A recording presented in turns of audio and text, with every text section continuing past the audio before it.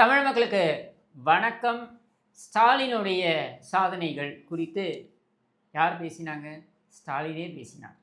அதில் ஸ்டாலினுடைய சாதனைகள் குறித்து பெருமைப்பட்டு கொண்டார்கள். யார் பெருமைப்பட்டு கொண்டது? ஸ்டாலினே பெருமைப்பட்டு கொண்டார். ஸ்டாலினுடைய சாதனைகள் குறித்து மகிழ்ச்சி அடைந்தது. யார் அடைந்தது? ஸ்டாலினே மகிழ்ச்சி அடைந்தார். இதெல்லாம் ஸ்டாலின் சட்டமன்றத்தில் சொல்லிக்கொண்டவை, பகிர்ந்து கொண்டவை இப்படின்னு எடுத்துக்கலாம். அந்த நெகிழ்ச்சியான சம்பவம் குறித்தும் ஸ்டாலினுடைய அந்த மிகப்பெரிய அளப்பரிய சாதனைகள் குறித்தும் நம்முடன் ஸ்டுடியோவில் பேச வந்திருக்கிறார் சகோதரி ஷாலின் மரியா லாரன்ஸ் அவர்கள். அதில் வருக வருக என்று வரவேற்கிறேன். மேடம் சொல்லுங்கள். அதில் ஸ்டாலின் மரியா லாரன்ஸ்னு சொல்லாத வரைக்கும் ஷாலின் சொல்கிறதுக்கே, அதாவது ஷாலின் அப்படின்னா அது ஒரு பெருமைக்குரிய பேருன்னு சொல்லலாம்.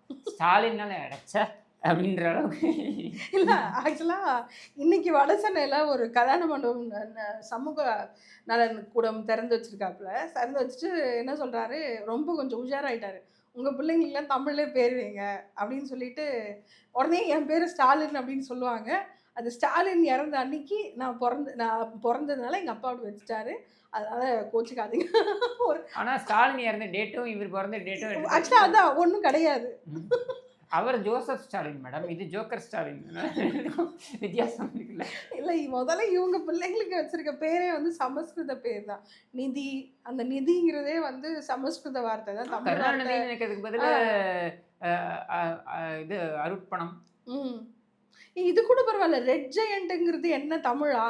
இவங்க தமிழ்னு சொல்றாங்களே தவிர ரெட் ஜெயண்ட்டுங்கிறது தமிழ் வார்த்தையா இல்ல டான் அப்படிங்கிறது தமிழ் வார்த்தையா? நம்ம அதை யோசிக்கணும்ல. சாந்தான்ற பேரை துர்கான்னு மாத்தினாரு. Okay okay okay. சாந்தான்றதான் அவங்களுடைய இயற்பெயர். அதை துர்கான்னு ஏன் துர்கான்னு மாத்தினாங்க? துர்கா தமிழ் பேரா? இல்லை, நிறைய பொய்.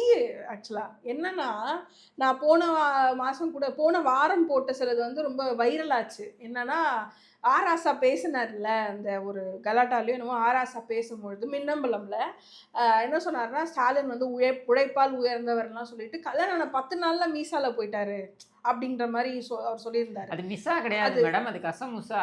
இல்லை, நான் ஆரம்பத்தில் சொல்லிட்டு இருக்கேன். இல்லை, அதுக்குள்ளே போகிறதுக்குள்ளே 10 நாள்லாம் இல்லை. கல்யாணம் ஆகி ஒரு 6-7 மாதம் கழிச்சு தான் அவரையும் அரெஸ்ட் பண்ணியிருக்காங்க. ஆரம்பத்தில் முழுக்க எமர்ஜென்சிக்கு ஆதரவான ஒரு மனநிலையோட தான் திமுக இருந்திருக்கு. அதுக்கப்புறம் ஆட்சி முடிய போகுது, எலெக்ஷன் வைக்காம அப்படியே எக்ஸ்டெண்ட் பண்ணுங்கன்னு சொல்லக்கூடிய ஒரு காலகட்டத்தில் தமிழ்நாட்டுக்கும் அப்போ என்ன ஆயிடுச்சுன்னா, குஜராத்துக்கும் தமிழ்நாட்டுக்கும் அந்த பீரியட் முடியுது. டேர்ம் முடியும் போது எக்ஸ்டெண்ட் பண்ணணும்னு இவங்க சொல்கிறாங்க. இந்திரா காந்தி எக்ஸ்டெண்ட் பண்ண முடியாது, அதாவது 6 ஆண்டு காலம் டேர்ம் மாற்றணும்னு ஒரு பிளான் இருந்தது. அந்த 6 ஆண்டு கால டேர்ம் மாற்றணுன்றதை அவங்க அதை எதிர்க்கிறாங்க. எனக்கு தெரிஞ்சு சரத்பவார் அப்போ ரொம்ப பெரிய ரோல் பிளே பண்ணாங்க அந்த விஷயத்தில். அது முடியாதுன்னு சொல்லும்பொழுது இவங்க கவர்மெண்ட் முடியறதுக்கு 1 மாதம் முன்னாடி இந்த ஆட்சி கலைக்கப்படுது. ஜனவரி 31. ஆமாம், அது வரைக்குமே அவங்க கிட்டத்தட்ட இந்திரா காந்தியோட ரொம்ப சகஜமாகவே பழகியிருக்காங்க. இன்ஃபேக்ட் நார்த்தில் எமர்ஜென்சியெல்லாம் நிறைய பேர் பாதிக்கப்படும் போது தமிழகத்துலேருந்து பெரிய எதிர்ப்பாலாம் இவங்க ஒன்றுமே சொல்லலை. இன்ஃபேக்ட் கோத்ரா சம்பவம் அப்போவே கருணாநிதி எப்படி ஒன்றுமே சொல்லாமல் இருந்தாரோ, கிட்டத்தட்ட அதே மனப்பான்மை தான் சொல்லியிருக்காங்க. இரு தரப்புக்கு சண்டைன்னு இல்லை, அவர் என்ன சொன்னார், அது அந்த மாநிலத்தோட உள் விவகாரம். ஆமாம், 2 பேருக்கு நடுவில் சண்டை, மாநிலத்தோட உள் விவகாரம்னு சொன்னார்.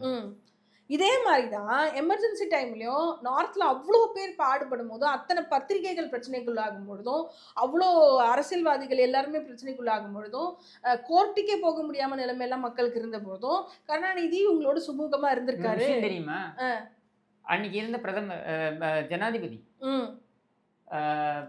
ஃபக்ருதீன் அலி அவர் ஸ்டாலினுடைய திருமணத்துக்கு வாழ்த்துறை அப்படின்னு இன்விடேஷன்ல போட்டிருக்கு. ஆமா, அது மட்டும் இல்லாம காங்கிரஸ் தலைவர்கள்லாம் அழைக்கப்படுறாங்க. இன்ஃபேக்ட் குடியரசுத் தலைவர் ஒப்புதல் இல்லாம எமர்ஜென்சி கொண்டு வந்திருக்கவே முடியாது. அவர் தான் கையொப்பமிடணும். அப்போ குடியரசுத் தலைவர் கையொப்பமிட்ட ஃபக்ருதீன் அலி அகமதே நீங்க கல்யாணத்துக்கு வர வச்சு கூப்பிட்டு போஸ்டர் அடிக்கிறீங்க அப்படின்னா அப்போ எந்த அளவுக்கு நீங்க எமர்ஜென்சி எதிர்த்தவர்கள்? சஞ்சய் காந்தியோடைய 10 அம்ச திட்டம் முதல்ல, அதுக்கப்புறம் தான் 20 அம்ச திட்டமா மாறிச்சு. அந்த 10 அம்ச திட்டத்தை வரவேற்று முரசொலியில் எழுதுறாரு Karunanidhi. Including that family planning. Yes. அந்த ஏழை எளிய ரோடோர இருந்த ஏழை எளிய மக்களுக்கு ரொம்ப கூட்டு போய் இஸ்லாமியர்கள் முக்கியமா இஸ்லாமியர்களுக்கு சஞ்சய் காந்தி வந்து அந்த ஃபேமிலி பிளானிங் குடும்ப கட்டுப்பாடு ஃபோர்ஸ் பண்ணி பண்ணும்போது மாஸ் லெவல்ல இங்க அவங்க எல்லாம் அதை வந்து எதுவுமே சொல்லாம கை கட்டி வேடிக்கை பார்த்து காங்கிரஸ் கூட்டணியில இருந்தவங்க தான் இவங்க. ஆமா, in fact they were supporting it. ஆமா, வரவேற்று எழுதிட்டு இன்னைக்கு இந்த காலகட்டத்துல வந்து நாங்க வந்து எமர்ஜென்சி எதிர்த்தோன்னு இப்ப சொல்லிக்கிறேன். அந்த காலத்துக்கு ஏற்ற நரேட்டிவ் மாதிரி உன் அரசியல் வந்து பொய் உண்மைன்னு மாறுபட்டுக்கிட்டே இருக்கு. அந்த எமர்ஜென்சியை நாங்கள் எதிர்த்தோம் அப்படின்றத இன்னைக்கு பெருமையா பேசக்கூடிய நீ ஏன் 80 நீ வந்து அப்படியே மாத்துற? நேருவின் மகளே வருக, நிலையான ஆட்சி தருக. எமர்ஜென்சி உனக்கு அவ்வளவு கொடூரமா இருந்தது. 75 பிரமல்கேட் பண்ணப்பட்ட 76 பிரமல்கேட் பண்ணப்பட்ட எமர்ஜென்சி உனக்கு வந்து 2025 உனக்கு தாக்கத்தை ஏற்படுத்துது அப்படின்னா எப்படி 80 நேருவின் மகளே வருக நிலையான ஆட்சி? உனக்கு ஸ்டாண்டே கிடையாதா? உனக்கு வந்து ஒரு ஸ்டாண்டே கிடையாது லைஃப்ல. உனக்கு ஆட்சியில இருக்கிறதுக்காக ஒரு விஷயத்த என்ன வேணா பண்ணுவேன். ஒரு ஆட்சியில இருக்கிறதுனால பாஜக கூட கூட்டு வைப்பீங்க. உங்களுக்கு ஆட்சி வேணும், மத்திய அமைச்சர் வேணும் முரசொலி மாறனுக்கு அப்படின்னா நீங்க பாஜக ஒரு மாசம் முன்னாடி பண்டார பிரதேசிகள், ஆமா, ஒரு மாசத்துக்கு அப்புறம் பாத்தீங்கன்னாக்கா RSS ஒரு சமூக நல இயக்கம் அப்படின்னு சொல்றது, அப்புறம் பிஜேபியோட கூட்டு வைக்கிறது, இதே தானே அவங்க வந்து இவ்வளவு தூரம் கொண்டு வந்து விட்டுருக்காங்க. இன்ஃபேக்ட் தமிழ்நாட்டுல பிஜேபியை கொண்டு வந்ததே திமுக தான். அதை எப்படி அதிமுகன்னு சொல்றாங்கன்னு சத்தியமா புரிய மாட்டேங்குது. இன்னும் பிஜேபியில இருக்கக்கூடிய ஒருத்தர் சொன்னாரு, நம்ம எல்லாம் என்னங்க டிஃபெண்ட் பண்றது, நாளைக்கே திமுக பிஜேபி கூட்டணின்னு வைங்களேன், பிஜேபியை டிஃபெண்ட் பண்றது டிஎம்கே மாதிரி ஒருத்தங்க பண்ண முடியாதுங்க நேஷனல் லெவல்ல. இலகணேசன் யாரோட ஆளா இருந்தாரு? இலகணேசன் கருணாநிதியோட ஆளா தானே கடைசி வரைக்கும் இருந்தாரு. நம்ம அதை புரிஞ்சுக்கணும்ல. அப்படி இருக்கும் பொழுது நீங்க வந்து திடீர்னு வந்து நாங்க இவங்களை எதிர்க்கிறோம், இது வந்து கொள்கை எதிர்ப்புலாம் சொன்னா ஒத்துக்கவே முடியாது. திமுக கொள்கையே கிடையாது, ஒரு கொள்கையற்ற கட்சி திமுக. அவங்க யார் கூட வேணா அவங்க வந்து கூட்டணி வைப்பாங்க, ஆட்சியில் இருக்கணும், பவர் தான், அதே மாதிரி பவர் ஹங்கிரி, அதிகாரம் பசி, அவங்களுக்கு பணப்பசியின் மாதிரி அதிகார பசி. அதுக்காக அவங்க யார் கூட வேணா கூட்டணி இருப்பாங்க. இந்திரா காந்தி திட்டுவாங்க, அப்புறம் இந்திரா காந்தியோடய சேருவாங்க. காமராஜரை அசிங்கப்படுத்துவாங்க, அப்புறம் காமராஜரை கைப்பிடிச்சிக்கலாம் இருப்பாங்க. இது மாதிரி எல்லா வேலையுமே வந்து கருணாநிதி செய்வார். அதே வேலையை தான் இப்போ ஸ்டாலினும் பண்ணிட்டு இருக்காரு. இதில் என்னன்னா இஸ்லாமியர்கள் குறித்து நடுவில் பேசினார் பார்த்தீங்கன்னா, நாங்கள் இஸ்லாமியருடைய பாதுகாப்பு இந்திய முஸ்லீம் யூனியன் முஸ்லீம் லீக் மீட்டிங்கில் அது வந்து எனக்கு அதை கேட்க அந்த ஸ்பீச் கேட்க எனக்கு ரொம்ப கஷ்டமா இருந்தது. ஏன்னா ஒரு சமூகத்தை, சிறுபான்மை சமூகத்தை எவ்வளவு ஏமாற்ற முடியும்னு ஒண்ணு இருக்குல்ல. அதாவது கூச்சமே கிடையாது. இந்த பிரிவென்டிவ் அரெஸ்ட்னு சொல்லுவாங்க. இந்த 96 குண்டுவெடிப்புமா நார்மலா இருந்த முஸ்லீம்களை கூட யாரும் அதிகமா அரெஸ்ட் பண்ணதுன்னு பார்த்தீங்கன்னா விசிகாவோட பேச்சுசே நீங்க போய் பாருங்க. திருமாவளவன், வன்னியரசோட பேச்சுங்களே நீங்க பாத்தீங்கன்னா அவங்க திமுக பயங்கரமா திட்டிருப்பாங்க. இஸ்லாமியர்களை அதிகமாக கைது செய்து, சின்ன சின்ன பசங்களெல்லாம் கைது செய்து இன்னைக்கு வரை சிறையில் வச்சிருக்காங்க. விடுதலை சிறுத்தைகளோட மேனிஃபெஸ்டோலேயே பல வருஷமா இருக்குன்னு தெரியுன்னா, சிறையில் இருக்கக்கூடிய, இதுவரை விசாரணையின்றி இருக்கக்கூடிய 30-20 வருஷத்துக்கு மேல இருக்க இஸ்லாமியர்களை விடுதலை செய்யுங்கன்னு சொல்லி தான் அவங்க கேட்குறாங்க. அது மெயினா அதை பண்ணதே வந்து திமுக தான். ஆனா இன்னைக்கு நான் உங்களுக்கு நாங்க வந்து ஒன்னா இருக்கிறோம், அண்ணாவும் கலைஞரும் மீட் பண்ணதே மிலாது நபில அப்படிங்கிறீங்க. அதெல்லாம் ஒரு காரணமா? எப்படி வேணா மீட் பண்ணிருக்கலாம். நான் சொல்றேன், பிரியாணி சாப்பிட போற இடத்துல பாத்துக்கிறதெல்லாம் ஒரு மீட்டிங்னு சொல்லவா நீ? அது கேட்கல.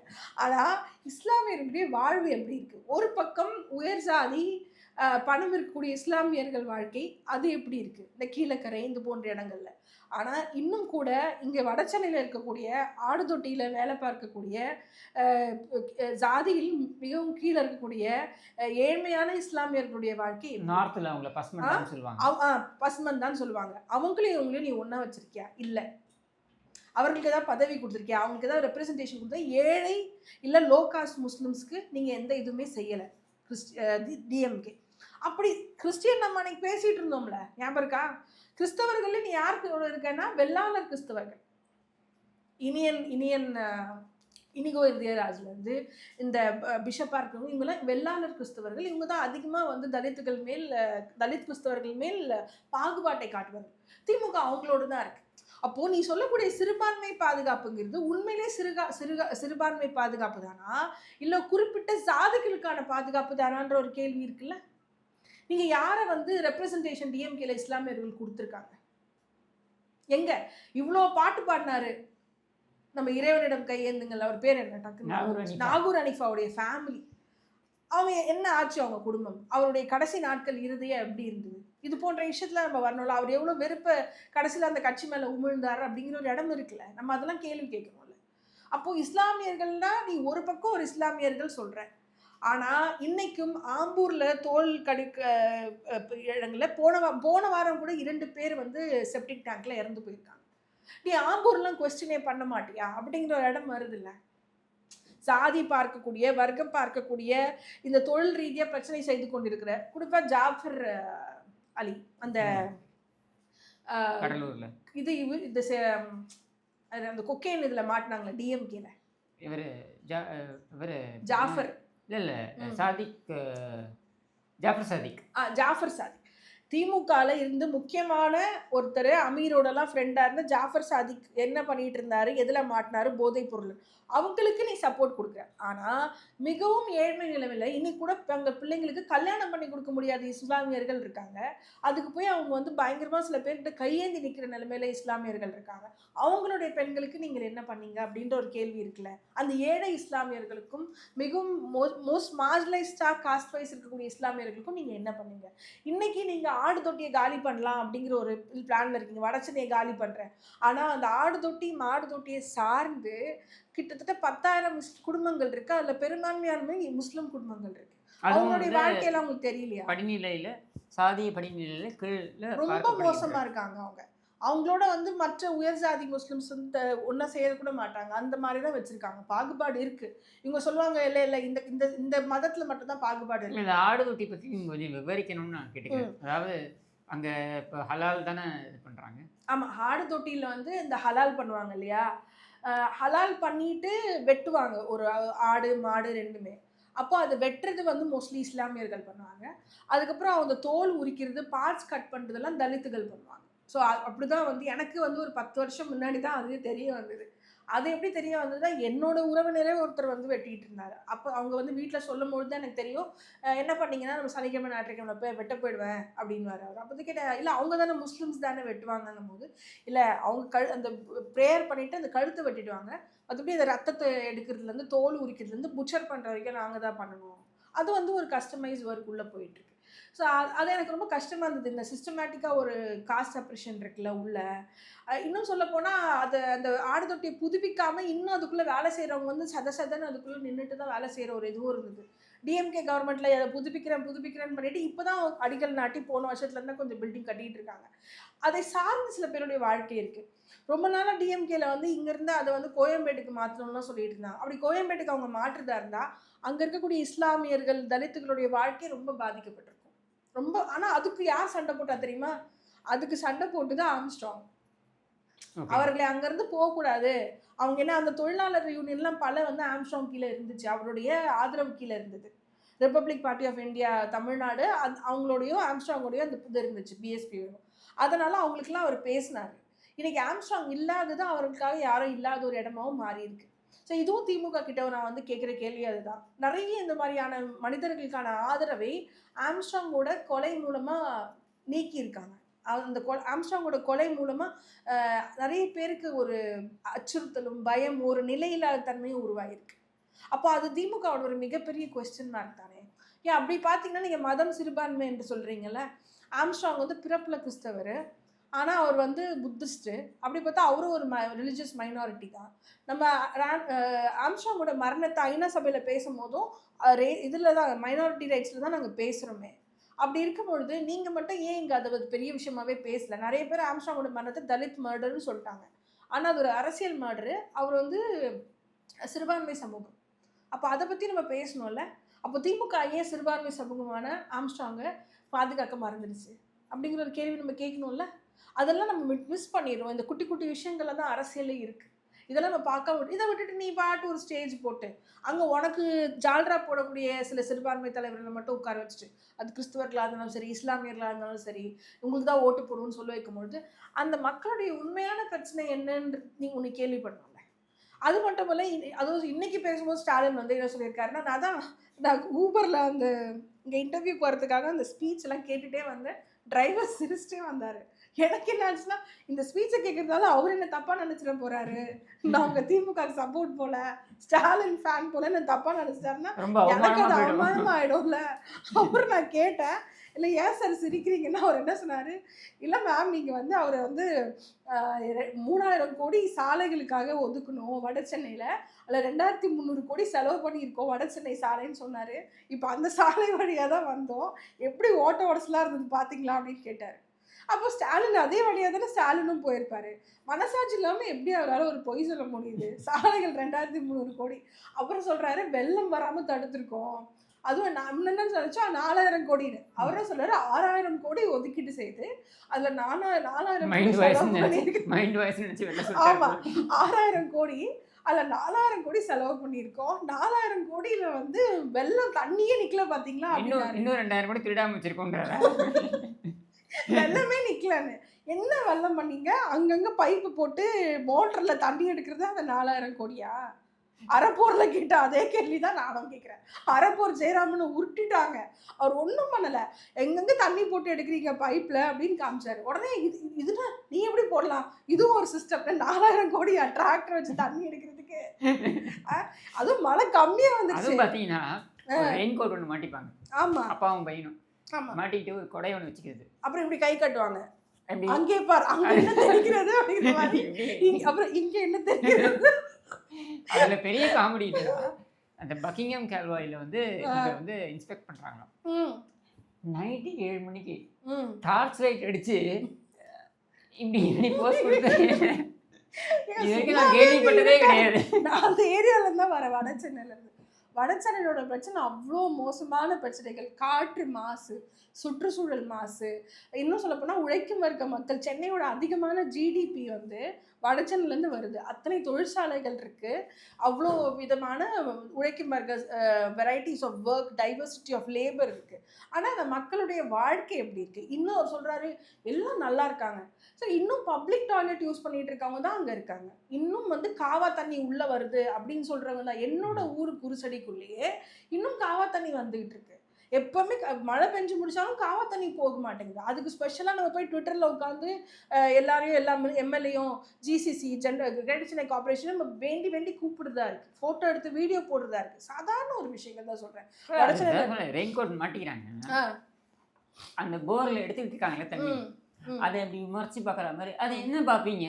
ஆமாம், அதை ஒரு சாதாரண ஒரு இன்ஜினியர் பண்ணிட்டு போகிறான். போர்லேருந்து போரை வைக்கிறீங்க, அதுவும் என்ன 2க்கு தான் வாங்குறீங்க, என்ன காஸ்ட்டுக்கு வாங்குறீங்கன்னு எல்லாமே கான்ட்ராக்ட், எல்லாமே டெண்டரு. இப்போ என்ன கொசு மருந்து அடிக்கிறேன் நாங்கள், அப்புறம் என்கிட்ட ட்ரோன் விடுறேன்னாங்க கொசு மருந்துக்கு. அப்புறம் போன வருஷம் சொல்றாங்க நாங்கள் இது வரைக்கும் ட்ரோனுக்கு டெண்டர் இன்னும் விடலைங்கிறாங்க.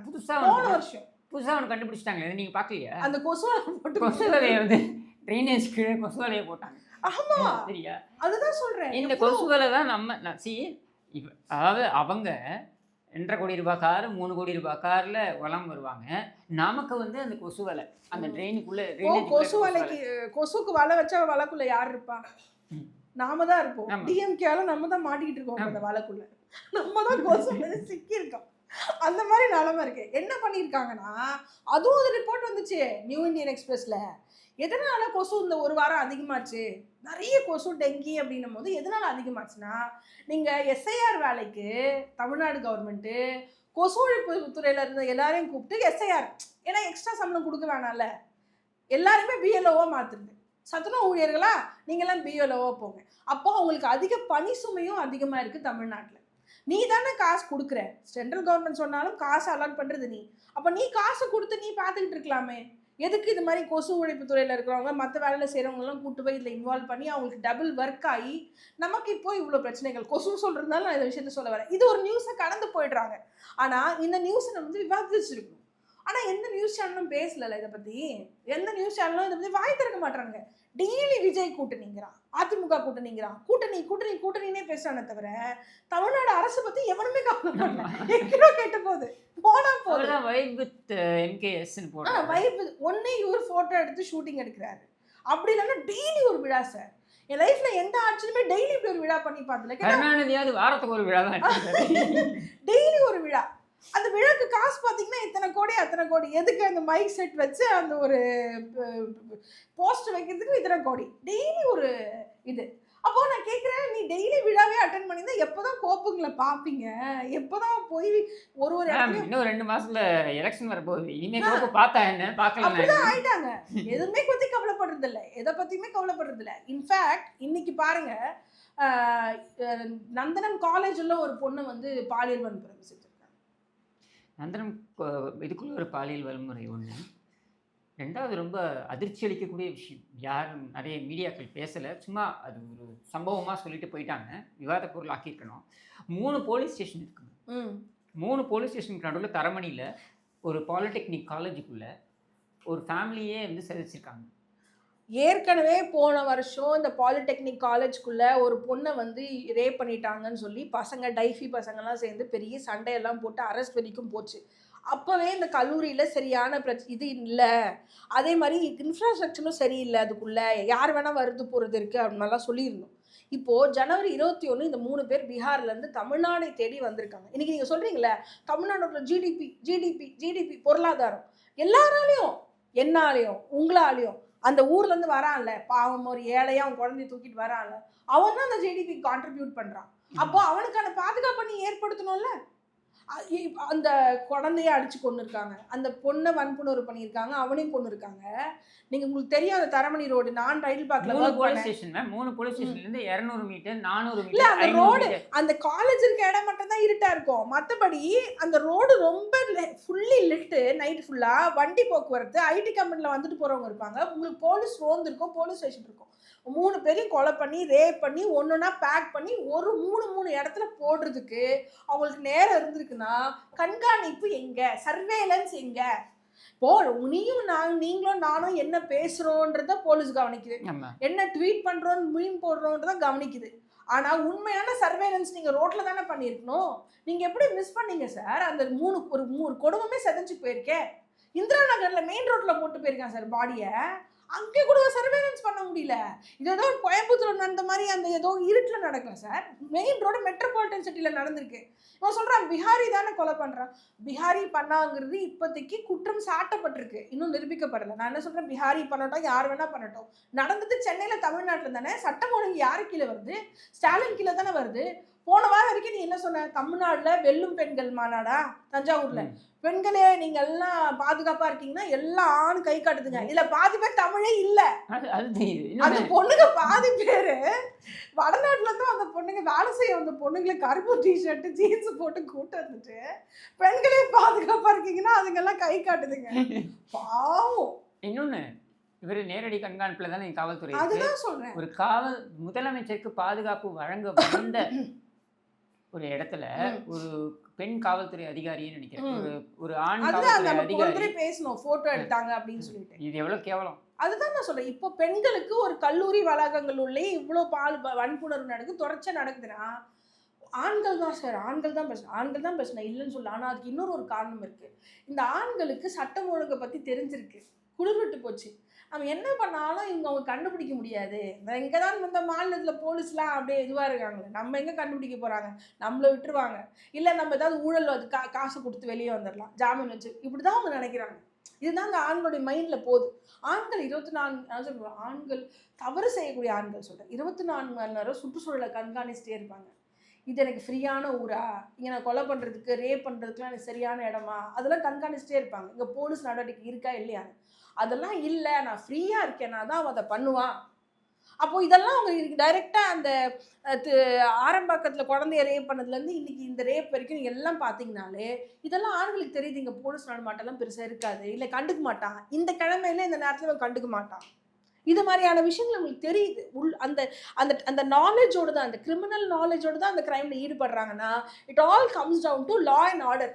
அப்போது போலீஸ் மினிஸ்டராக ஸ்டாலின் என்ன பண்ணார்? To be really honest, no, Jayalalithaa இந்த விஷயத்தா இருந்தால் இந்நேரம் ஜெயலலிதா அதை வேறு மாதிரி டீல் பண்ணியிருப்பாங்க.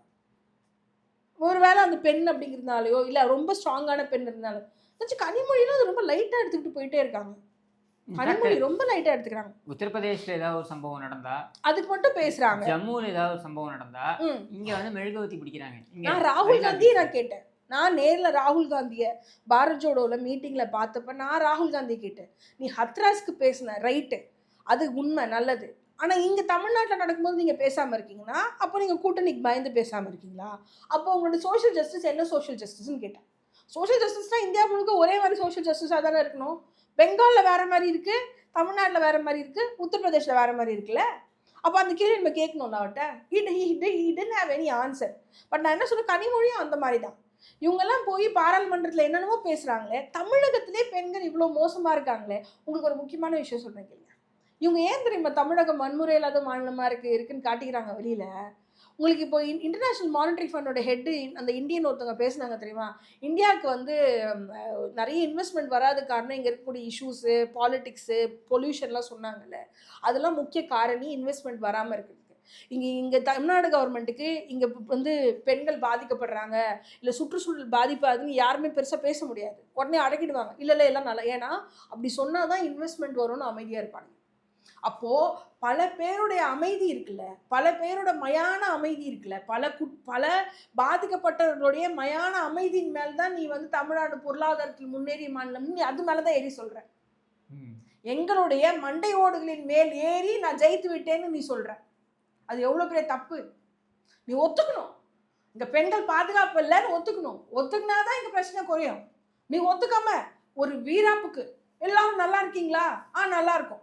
Do you, as a CM, I'm asking you, ஒரு நார்மல் பர்சனாக போய் நல்லாட்டி போய் சார் பாதுகாப்பாக இருக்கீங்களா, சார் பாதுகாப்பாக இருக்கீங்களான்னு சொன்னால் போதுமா? டேட்டா வேணாம், லா அண்ட் ஆர்டர் வேணாம், ஒரு கிரிமினல் டேட்டா எடுக்க வேணாம். இயர் டு இயர் இன்க்ரீஸ் ஆயிருக்கு, போஸ்கோ கேஸஸ் இன்க்ரீஸ் ஆயிருக்கு. ஆளுநர் பேச வந்தார்ல, போஸ்கோ கேஸ் இன்க்ரீஸ் ஆயிருக்குன்னு. ஆளுநர் அன்றைக்கே வெளியே போனார் தெரியுமா? எல்லாரும் ஆளுநரை கிண்டல் பண்ணாங்க. நானே மிஸ்டர் ரவியை பார்த்தது கிடையாது, ஆனால் I really support certain things which he does. ஏன்னா அவர் மட்டும் தான் தலித் இஷ்யூஸ் பற்றி பேசிகிட்டே இருக்கார், தலித்துகள் மீதான வன்முறை பற்றி ஆளுநர் பேசிக்கிட்டே இருக்கார்.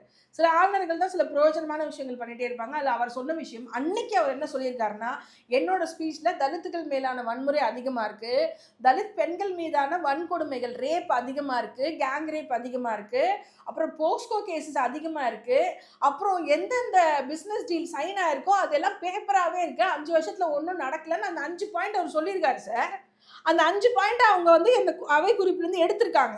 அதை எடுத்தோடனே அந்த பேப்பர் அது இல்லாதனால தான் அவர் வெளிநடப்பு செஞ்சார். அதை பற்றி நம்ம பேசிக்கணும்ல அன்னைக்கு. நாமே அதை பேசல, அதை வந்து மாற்றிடுவாங்க மாநில சுயாட்சி. அப்போ அன்னைக்கு அப்போ மட்டும் உனக்கு அப்போ ஒருத்தன் வந்து திமுககாரன் கலைஞருடைய ஆட்சியை கலைக்கவில்லை என்பதற்காக தன் மகனுக்கு பர்னாலான்னு பேர் வைக்கிறான். அப்போ உங்களுக்கு ஆட்சியை கலைக்காமல் இருக்கிறதுக்கு பர்னாலா வேணும் கவர்னரு. ஒரே இப்படி பழகுவீங்க. சென்னாரெட்டி வேணும், ஜெயலலிதாவை வெறுப்பேற்றுவதற்கு சென்னாரெட்டின்னு ஆளுநரை நீங்கள் யூஸ் பண்ணிப்பீங்க. கரெக்டா? ஜெயலலிதா என்ன சொல்லிச்சு, சென்னாரெட்டியோட தவறாக நடந்துக்கிட்டாருன்னு சொல்லும் போது உன்ன மாதிரி ஒரு குண்டு பொம்பளையாவே வந்து தொடுவான்ற மாதிரியான பேச்சுக்கள்லாம் பேசினாங்க. சிவாஜி கிருஷ்ணமூர்த்தி மாதிரி பேச்செல்லாம் பேசினாங்க. அது எவ்வளோ மோசமான ஒரு விஷயம் யோசிச்சு பாருங்க. அப்போது ஆளுநர்கள் கூட சேர்ந்து நீங்கள் போட்ட ஆட்டம் கொஞ்சமாக நஞ்சமா. ஆனால் இன்னைக்கு ரவி வந்து தலித்துகள், பெண்கள், குழந்தைகள்னு பேசின உடனே ரவி வந்து வேணாம், ஆளுநர் வேணாம், அந்த ஆட்டுக்கு தாடி அப்படின்னு. அதான் கேட்குறேன், திமுக என்னைக்கு ஒரு ஸ்டாண்ட்ல நின்று இருக்கு? ஒன்று ஆளுநர் வேணும்னு சொல்லுன்னா வாழ்க்கை முழுக்க ஆளுநர் வேணாம்னு சொல்லு. ஆனா உனக்கு தேவைன்னா ஆளுநர் வேணும், உனக்கு தேவையில்லைன்னா ஆளுநர் வேணாம். ஆந்திராக்கு போய் வித்யாசாகர் ராவை பார்க்கல, கும்பலா போய் பார்த்தீங்களா? இங்க இருந்து வித்யாசாகர் ராவுக்கு ஆள் எதுக்கு போய் பார்த்தீங்க? அரசியல் தெரியாம உட்கார்ந்துருக்கு பாரு இந்த ட்விட்டர்ல நான் டிராவிடியன் ஸ்டாக்குன்னு போட்டு, அரசியலே தெரியாம. அதுகளுக்கு வேணா இதெல்லாம் பரபரப்பா இருக்கலாம். அரசியல் தெரிந்த நம்ம போன ஆண்களுக்கு அசிங்கமா இருக்கு திமுகவுடைய கொள்கையிலற்ற அரசியலை பார்த்தா. நீ கொள்கையை பத்தி என்ன பேசுற? வாழ்க்கை ஃபுல்லா பெரியார நீ அசிங்கமா திட்டிருக்க, பெரியாருடைய திருமணத்தை வச்சு அசிங்கமா திட்டிருக்க.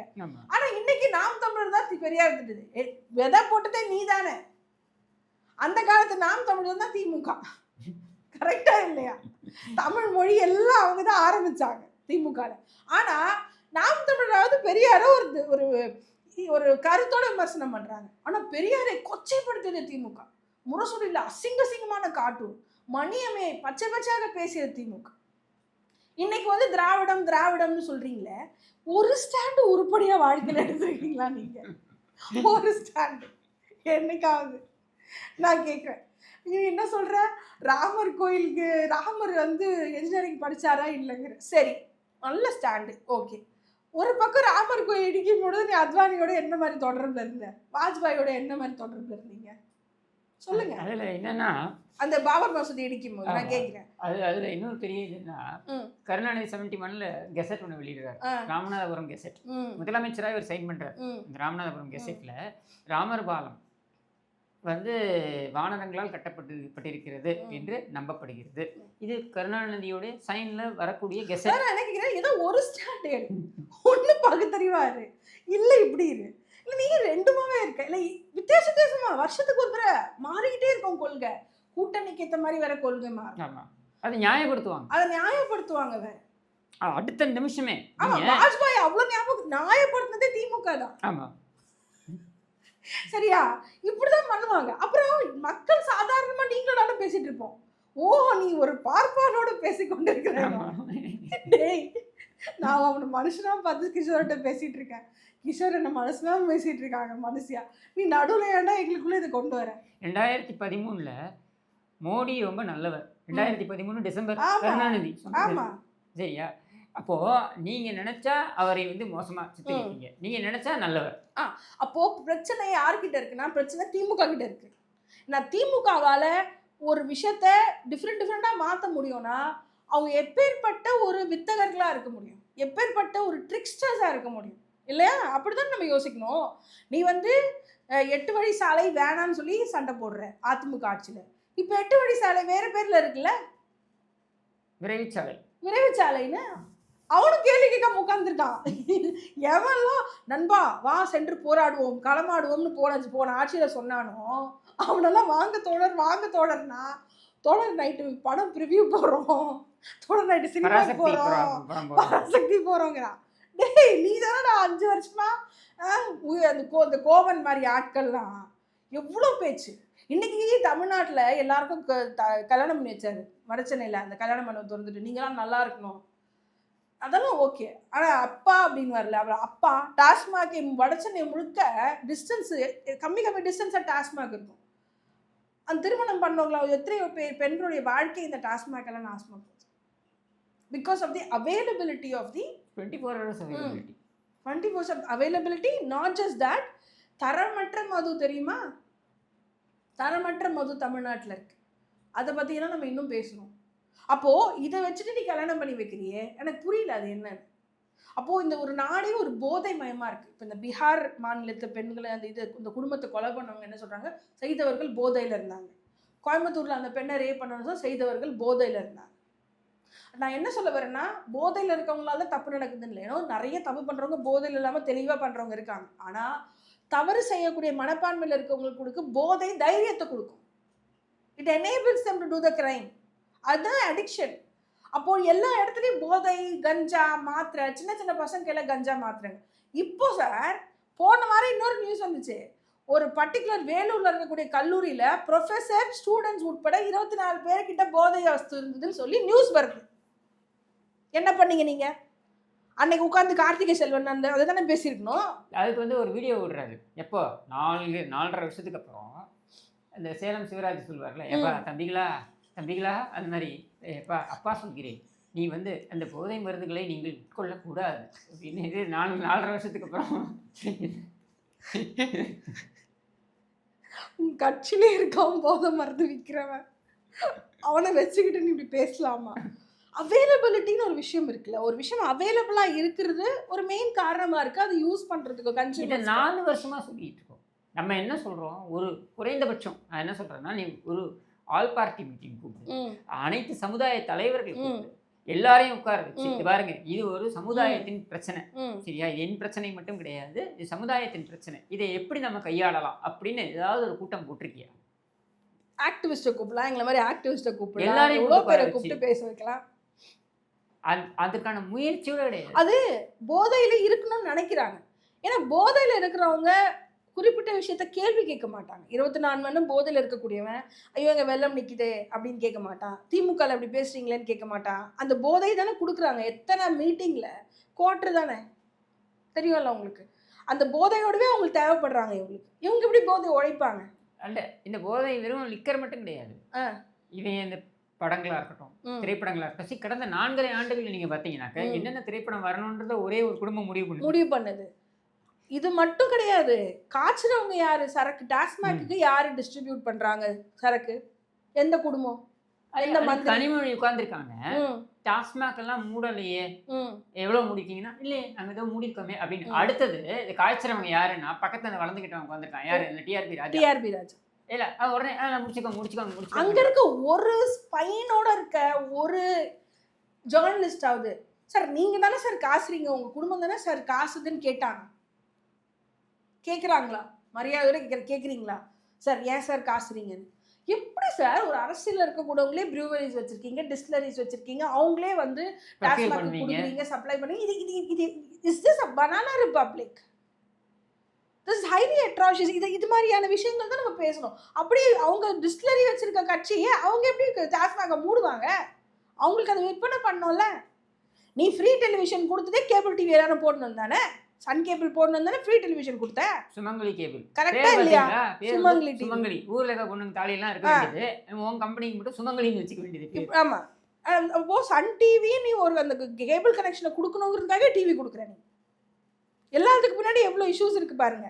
நம்ம வெறும் வெல்ஃபேர் மெஷர்னு நீங்க பார்க்காதீங்க, அதுக்குள்ள அவங்க என்ன மாதிரியான ஒரு தொழில் தொழில் தொழில் தொழில் தொழில் தான். பிஸ்னஸ், அரசியலுங்கிறதே ஒரு பிஸ்னஸ். கொள்கை கூட்டணிலாம் சொல்லக்கூடாது. நாளைக்கு நீ கூட்டணி மாதிரி போயிட்டே இருப்ப, நாளைக்கு நீ கூட்டணி மாதிரி போடுவேன். இங்க பிஜேபிக்கு அகேன்ஸ்டா இருக்க ஒரே கட்சி காங்கிரஸ் மட்டும்தான், வேற எந்த கட்சியும் இல்லை. எந்த கட்சி வேணா என்னைக்கு வேணா பிஜேபி கூட கூட்டணியில் இருந்துகிட்டே தான் இருந்திருக்கு. பாமக இருந்து திமுக இருந்து எல்லாருமே தான். அதில் நீங்க யாருமே அதிமுக பார்த்து கேள்வி கேட்க இடத்துல நீங்க யாருமே இல்லையே. கரெக்ட். அதுதான் அவர் எடப்பாடியாரும் அதான் சொல்றாரு. முதல்ல நீ கூட்டணி வச்ச போது நியாயம், நான் வச்சா தப்பா? நாங்களும் ஓட்டு போட்டோம் சார், நாங்களும் ஓட்டு போட்டோம். அப்போ அந்த மாதிரியான விஷயங்கள் வந்து எப்படி மைண்ட் வாஷ் பண்ணுது திமுகவோட அரசியல்ல. அப்படி கொள்கையெல்லாம் கிடையாது. உனக்கு அரசியலுங்கிறது ஒரு பிஸ்னஸாக இருக்கு. உனக்கு அரசியலுங்கிறது ஒரு பிஸ்னஸ் மாடலாக தான் உன் குடும்பத்தை வச்சு நீ நடக்கிறது. ஓலிகார்கின்னு சொல்லுவாங்க ரஷ்யாவில், அதுதான் நீங்கள் நடத்திட்டு இருக்கீங்க. ஸ்டாலின்னு பேர் வச்சிட்டாரு கரெக்டாக. வேற அவங்க அப்பா வச்சிட்டாரு. ஆக்சுவலாக அவர் பேர் ஐயா துரையாம், ஸ்டாலினோட பேர். ஐயா என்பது ஈவேராவையும், துரை என்பது அண்ணாதுரையுடைய பேரையும் இணைத்து ஐயா துரை.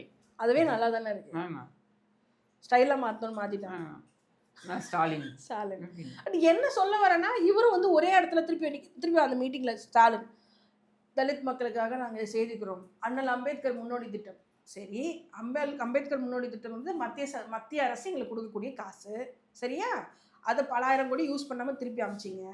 அப்புறம் அண்ணல் அம்பேத்கர் முன்னோடி திட்டம்னு ஒன்று கொண்டு வந்தீங்க. அதை என் தம்பி கார்த்திக் போய் ஆர்டிஐ போட்டான். போன 6 மாதம் முன்னாடி ஆர்டிஐ போட்டால் அதில் ஸ்டேட்மெண்ட் வருது 80% வந்து நாங்கள் கொடுக்காம அமைச்சிருக்கீங்க. 17,000 பேர் விண்ணப்பிச்சா 15,000 பேருக்கு நீ கொடுக்கல, என் பணத்தை நீ கொடுக்கல. அதுவும் மத்திய அரசாங்கம் கொடுத்த, அதுவும் மத்திய அரசாங்கம் பணத்தை பணம். இதை நீ அண்ணல் அம்பேத்கர் முன்னோடி திட்டம்னு எப்படி பேசுற? நீ சொல்லு. டேட்டா வச்சிருக்கேன் நான், ஸ்டாலின் கிட்ட கேட்கிறேன். நான் டேட்டா வச்சிருக்கேன் சார், நான் டேட்டாவோட கேட்குறேன். தாட்கோ லோனு 80% கொடுக்கலன்னு வருது ரிஜெக்ஷன் ரேட்டு. அண்ணல் அம்பேத்கர் திட்டம் 85% கொடுக்கலன்னு வருது. அப்போ என்னதான் தலித் மக்களுக்கு நீங்கள் பண்ணுறதா இருக்கீங்க? நாங்கள் திருமாவுக்கு பிளாஸ்டிக் சேர் கொடுப்போம், இதை தவிர்த்து வேறு என்ன பண்ணியிருக்காங்க? அதுதான் இப்போ நான் கேட்குறேன். எனக்காக பேச வேண்டிய திருமாவளவனும் இல்லை மற்ற அரசியல் கட்சிகளுமே இது பேசலைல்ல. இப்போ இந்த இடத்துல நம்ம ஒரு மோசமான பாயிண்டில் தானே வந்து நின்றுட்டு இருக்கேன். நான் மட்டும் பேசிகிட்டு இருக்கேன், இல்லை ஒரு 2-3 பேர் பேசிகிட்டு இருக்காங்க. எங்களுக்கும் அச்சுறுத்தல் இருக்குது. இல்லை, திருமாவளவன் அவர்களே நான் சொல்கிறேன், திருமாவளவன் அவர்கள் மீது எனக்கு இது மரியாதை உண்டு. 1000 கருத்து வேறுபாடுகள் in terms of political stand தான் தவிர்த்து மற்ற இடங்களில் வந்து கருத்து வேறுபாடுகள் அவர்கிட்ட எனக்கு கிடையாது. அப்படி இருக்கும் பொழுது அவரையே கேவலமானப்படுத்துகிறாங்க. அவர் ஒத்துக்கிறாரு அதுக்கு. if he really doesn't want to do that, he can come out very easily, but he doesn't want to do that. Paswan, Athawale போன்றவங்களே அவங்க கிண்டல் பண்ணியிருக்காங்க, இவங்கெல்லாம் பிஜேபி கூட இருந்திருக்காங்க. ஆனால் பாஸ்வான் வாங்கி கொடுத்த எம்ப்ளாய்மெண்ட் லெட்டர் தலித் இளைஞர்களுக்கு அவ்வளோ வாங்கி கொடுத்துருக்காரு அவங்க ஊரில். இன்னைக்கு சிராக் பாஸ்வானுக்கு செல்வாக்கு இருக்கிறதுக்கு காரணம் அவ்வளோ லெட்டர்ஸ், அவ்வளோ வேலை, அரசு வேலை தலித்துகளுக்கு பாஸ்வான் வாங்கி கொடுத்துருக்காரு. ஆமாம், அத்வாலையும் அப்படிதான். ஆமாம், அத்வாலையும் அப்படிதான். அப்போது நான் என்ன கேட்குறேன்னா, நீ போகிறேன்னா தலித்துகளுக்கு நீங்கள் என்ன பண்ணுறீங்க அப்படிங்கிற ஒரு கொஸ்டின் இருக்குல்ல. அப்போது இவர்களை மொத்தமாக கூப்பிட்டு வரேன், இவங்களை வச்சுக்கிட்டே நீங்கள் என்ன வேணால் பண்ணிக்கோங்க, நாங்கள் சொல்கிறது இவங்க கேட்பாங்க, உங்களுக்கு கேள்வி கேட்க மாட்டாங்கன்னு சொல்கிறது, அது அப்படி பண்ணுறது தப்பு இல்லையா? ஸ்டாலின் கிட்ட 3% பாப்புலேஷன் வச்சிருக்க ஒரு குரூப், ஓபிசி குரூப் ஸ்டாலின் கிட்ட தேவையானது கேட்டு வாங்கும்பொழுது 28லேருந்து 30% இப்போ காஸ்ட் சென்சஸ் எடுத்தால் 28லேருந்து 30% இருக்கக்கூடிய ஆதிதிராவிடர்கள் போய் கேட்கும்பொழுது எங்களுக்கு எதை பற்றியா நீங்கள் கவலைப்படுறீங்களா அப்படிங்கிற இடம் இருக்குல்ல திமுகவில். அப்போ நீ தலித்துகளுக்கும் ஒன்றும் பண்ணல, சிறுபான்மையினருக்கும் ஒன்றும் பண்ணல. வடசென்னை இன்னைக்கு எவ்வளோ பெருமையாக பேசுகிறா. வடசென்னை அவ்வளோ மோசமான சாலைகள், அவ்வளோ மாசுபட்டிருக்கு. 800 மாசுபட்டிருக்கு. அங்கேயும் அப்படிதான் காட்டுப்பள்ளி போட்டு வரக்கூடாதுன்னு யாரெல்லாம் எந்த திருமுருகன் காந்திலேருந்து எல்லாம் போராடினாங்களோ இப்போ யாருமே வாயை திறக்கல. அதில் பார்த்தீங்கன்னா அந்த அதானி வந்துட்டு காட்டுப்பள்ளியிலேருந்து டிரைவ் பண்ணி கூட்டு செனட் ஆஃப் ரோடுக்கு செனட் ஆஃப் ரோட்லேருந்து எங்கே இதுக்கு இவங்க இந்த ஏர்போர்ட் வருது பரந்தூர் ஏர்போர்ட்டுக்கு டிரைவ் பண்ணி கூட்டு போய் காமிச்சிட்டு வராங்க. அப்போது என்னன்னா காட்டுப்பள்ளியிலேருந்து நீங்கள் காரிடோர் நீங்கள் பண்ணுறீங்க. கேள்வி கேட்கறதுக்கு யாருமே இல்லை. பூர்வக்குடி மக்களை எங்கள் மண்ணிலேருந்து எங்களை துரத்துறீங்க, அப்புறம் கேட்டால் நாங்கள் வட சென்னைக்கு வாழ்வு கொடுத்தோம்னு சொல்லிட்டு சேகர் பாபுவை காட்டுறீங்க. தப்பு இல்லையா அது? கராத்தே பாபு கராத்தே பாபு கிடையாது, நீ பொக்க பாபு. நீ கராத்தே பாபு இல்லை சொல்கிறேன். அவர் ஒரு மினிஸ்டருக்கான ஒரு டெக்கோரம் கூட அவர்கிட்ட கிடையாது. டெக்கோரம் கூட கிடையாது. Way he tax to people, the way he should convey things. ஒரு மேயர் எப்படி ட்ரீட் பண்ணணுன்னு இருக்குல்ல. She also doesn't care about how she is being treated. எனக்கு கஷ்டமாக இருக்குது. ஒரு ஆதிதிராவிடர் பெண் அங்கே இருக்கிறாங்கும் போது அதை பார்க்கும்போது அவங்களை இப்படி நடத்துகிறாங்க, அவங்க அதை பற்றி கவலைப்படாமல் இருக்காங்க. எனக்கு கஷ்டமாக இருக்குது. எவ்வளோ கெத்தானவர்கள்லாம் இருந்த இடம் இல்லை அது. வீணாம்பாள் சிவராஜ்லாம் துணை மேயராக இருந்த இடம், சிவராஜ் இருந்த இடம். அதெல்லாம் பார்க்கும்போது அவங்க வடச்சென்னையில் என்னென்ன கட்டினாங்க, ஆதிதிராவிடர் ஹாஸ்டல் கட்டினாங்க, ஆதிதிராவிடருக்கான பள்ளிக்கூடங்கள் கட்டினாங்க. இன்றைக்கி அதெல்லாம் சிதிலம் அடைஞ்சு கிடக்கு. இன்றைக்கி ஹாஸ்டல் சரியில்லை. எம்சி ராஜா ஹாஸ்டல் அன்றைக்கி சொன்னாங்க பாருங்கள், பேரை வச்சு போர்டு வச்சு எல்லாம் பண்ணிவிட்டு இன்றைக்கி ஹாஸ்டல் அவ்வளோ மோசமாக இருக்குது. பசங்க போன மாதம் ஹாஸ்டல் வெளியில் போராட்டம் பண்ணாங்க. போன மாதம் கூட 2 வாரம் முன்னாடி போராட்டம் பண்ணுறாங்க, இங்கே எதுவுமே இல்லைன்னு சொல்லிட்டு எம்சி ராஜா ஹாஸ்டலில். அந்த நேரத்தில் அட்வர்டைஸ்மெண்ட் மட்டும் பண்ணிடுறீங்க, இன்ஸ்டாகிராம் இன்ஃப்ளூயன்ஸை வச்சு சூப்பராக இருக்குன்னு சொல்லிடுறீங்க. ஆனால் உண்மையிலே நான் அதுக்கான ஒரு ஆள் உள்ளே போய் தங்கும் போது தானே எனக்கு அந்த கஷ்டம் தெரியுது. அதெல்லாம் பேசணும்ல. இது சார் நான் இப்போது சொன்ன எத்தனை நியூஸ் நான் சொன்னேன். இந்த நியூஸ் எல்லாம் உங்களுக்கு மெயின் ஸ்ட்ரீம் மீடியாவில் வருதா இல்லையா கிஷோர்? வருதா இல்லையா? ஒரு நியூஸ் சேனல் வரல. நான் சொன்னேன் இந்த அரசியல்வாதிகளை கூட நான் மன்னிப்பேனே தவிர இந்த மெயின் ஸ்ட்ரீம் மீடியா ஊடகங்கள் இருக்குல்ல, இந்த விற்கப்பட்ட அயோக்கியர்கள், இந்த ரத்த கரையெல்லாம் அவங்க கையில் தான் இருக்குது. ரத்த கரையாக அவங்க கையில் தான் இருக்குது. இதையெல்லாம் நீ பேச மாட்டேற. ஜனநாயகனை பற்றி பேசுகிற டெய்லியும். ஜனநாயகனை பற்றி விஜயே கவலைப்படாமல் இருக்காரு வீட்டில். ஜனநாயகனை பற்றி விஜயை பேசுறது இல்லை, ஆனால் நீங்கள் பேசிக்கிட்டே இருக்கீங்க. ஆமாம், என்னதான் அவரே எனக்கு எந்த அழுத்தமும் இல்லைன்னு சொல்றாங்க. ஆனா அவருக்கு அழுத்தம் இருக்கிறதா விவாதம் ஒரு வாரம் நடக்குது. ஆமா, அதுதான் சொல்றேன் நான். அந்த பையனே கவலைப்படலப்பா, நீ என்னப்பா கவலைப்பட்டுட்டு டெய்லி ஏதோ வேற நியூஸ் எடுக்கக்கூடாதுல்ல, இந்த நியூஸே பேசணும் அப்படின்ற ஒரு இதுக்குள்ள இருக்கு. அப்போ நம்ம அந்த ஊடகங்களே கிடையாது, இங்க துரோகிங்க. நீங்க பாக்குற செய்தி ஊடகங்களா இருக்கட்டும், திரைப்படங்களா இருக்கட்டும், சரியா, எந்த இடத்துலையுமே அரசாங்கம் குறித்தோ அல்லது அரசாங்கத்தின் மீது விமர்சனங்கள் வைப்பது குறித்தோ எதுவுமே வரக்கூடாது. இதை என்ஷோர் பண்ணிட்டோம்னா இவங்க என்ன நினைக்கிறாங்கன்னா, இதை என்ஷோர் பண்ணிட்டோம்னாக்க மக்கள் நம்மளை தொடர்ந்து ஆதரிப்பார்கள் அப்படின்றத இவங்களுடைய எண்ண ஓட்டம், வேற ஒன்றுமே கிடையாது. கிட்டத்தட்ட வடகொரியா மாதிரி தான் இருக்கு. வடகொரியா நீங்கள் நான் ஒன்றும் சும்மா சொல்லலை, நீங்கள் வடகொரியாவோட பொலிட்டிக்கல் மாடல் எடுத்து பார்த்தீங்கன்னா தமிழ்நாட்டுக்கு ஒப்பாக இருக்கும். மேலே ஃபுல்லாக ஜிகுன்னு இருக்கும், ஈவெண்ட் நடக்கும், எல்லாரும் சந்தோஷமாக இருக்க மாதிரி கையசிப்பாங்க. உள்ளே பார்த்தீங்கன்னா பிஹைண்ட் த ஸ்க்ரீன் பார்த்தீங்கன்னா எல்லாம் கஷ்டப்பட்டுட்டு வயலன்ஸ் இருக்கும், சுதந்திரமாக பேச முடியாது, ஊடகங்கள் கண்ட்ரோலில் இருக்கும். இது வரைக்கும் நான் கேட்குறேன், இது வரைக்கும் இவ்வளோ ஆக்டிவிஸ்ட் இருக்காங்கன்னு சொல்கிறாங்க இல்லையா, இது வரைக்கும் தலித் மக்களுக்கு எதிரான வன்முறை இந்த கடந்த 5 ஆண்டுகளில் பார்த்தீங்கன்னாக்கா எவ்வளோ மோசமாக இருக்குது. அதுவும் முக்கியமாக தென் மாவட்டங்களில் பார்த்து. அதுதான் நான் சொன்னேன், கவர்னர் சொன்னதுக்கு சும்மா சொல்லலை, அவர் எவிடன்ஸ் கதிர் போன்றவர்களுடைய டேட்டாவை பார்த்துட்டு தான் சொன்னார். நாங்கள் அந்த டேட்டா நாங்களும் ப்ராசஸ் பண்ணோம், அதிகரிச்சிருக்கு, 45 முதல் 50% அதிகரிச்சிருக்குன்னு தான் சொல்கிறோம் தலித்துக்கு மீதான வன்முறை.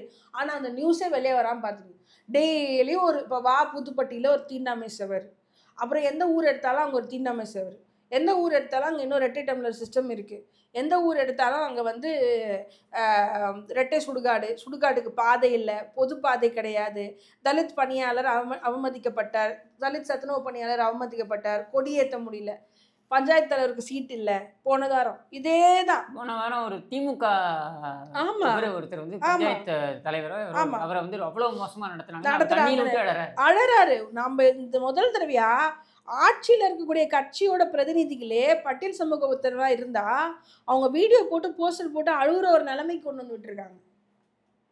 ஒரு ஆட்சின்னு பெருமை விட்டுக்கிறேன், நான் மகிழ்ச்சியாக நீங்க இருக்கேன். அது எதுவுமே கட்டுப்படுத்தல. கோயில் நுழைவு செய்ய முடியல. இன்னைக்கு நீங்க இவ்வளவு சொல்றீங்க அறநிலைத்துறை கண்ட்ரோல் வச்சிருக்கேன், கோயில் நுழைவு பண்ண முடியுதா? மேல் பாதியில உங்களால தலித்துக்களை உள்ள கொண்டு போக முடிஞ்சுதா இன்னைக்கு வரைக்கும்? இது போல எத்தனை கோயில்கள் உள்ள போக முடியல. தான் நான் கேட்குறேன், ஸ்ரீரங்கத்துக்குள்ள கூட போக முடியுது சார் எங்களால. நான் சொல்றது புரியுதா? சிதம்பரம், ஸ்ரீரங்கம் எங்க வேணா நாங்க போவோம். மேல் பாதி மாதிரியான இடைநிலை சாதிகளோட கோயிலுக்குள்ள போக முடியல. இந்த அரசியல் தான் நீங்க கொண்டு வந்த அரசியல். பட் அது பிராமணருக்கு திட்டா சரியா போயிடுமே. அதுதான் இவங்க கொண்டு வந்த அரசியல், இந்த அரசியல் தான்.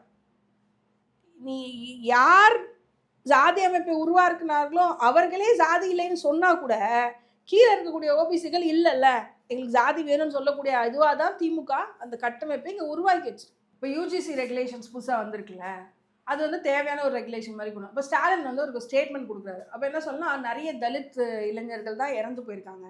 ஸோ அவர் அதை தான் சொல்லுவார் அப்படின்னு நான் ஸ்டேட்மெண்ட் படிக்கிறேன். அதில் என்ன சொல்கிறாரு, அந்த இதில் வந்து ஓபிசிக்களை சேர்த்ததற்காக நான் ரொம்ப சந்தோஷப்படுறேன் அப்படிங்கிறேன். ஆனால் இதே தமிழ்நாட்டில் இருக்கக்கூடிய பல யூனிவர்சிட்டிஸில் இதே இடைநிலை ஜாதியை சேர்ந்த ஆசிரியர்கள், ப்ரொஃபஸர்ஸு, தலைவர்களாக இருக்கக்கூடியவங்க, இன்ஸ்டியூஷன் ஹெட்ஸாக இருக்கக்கூடியவங்க தான் தலித்துகள் மீது மிகப்பெரிய வன்முறைகளை, இந்த பெரியார் மணியம்மை இந்த யூனிவர்சிட்டி ஒன்று இருக்கு இல்லையா, அந்த யூனிவர்சிட்டியிலேருந்து எல்லா யூனிவர்சிட்டிலுமே வந்து ப்ராப்ளம்ஸ் நடந்துட்டுருக்கு. இங்கே யார் மேலேயும் வந்து இவங்க தமிழ்நாடு கவர்மெண்ட், தமிழக அரசு கீழே வரக்கூடிய இடைநிலை ஜாதிகளுடைய எந்த இதுவுமே அவங்க ஆக்ஷன் எடுக்காமல், ஆனால் இந்த யூஜிசிக்கு மட்டும் நீங்கள் முதல்ல எழுதி வந்து வரவேற்பு கொடுக்குறீங்களே, அதில் ஓபிசிஸ் கவர் பண்ணுறாங்கன்னு வேறு சொல்கிறீங்களே. டெல்லி, உத்தரப்பிரதேஷ் அந்த மாதிரியான இடங்கள்ல அது கரெக்டாக இருக்கும். ஏன்னா அங்கே வந்து யூசிஸோட பாப்புலேஷன் அதிகம். ஆனால் தமிழ்நாடு மாதிரியான ஒரு இடத்துல வந்து ஓபிசிஸ் தான் மெயின் பெர்பட்ரேட்டர்ஸ்.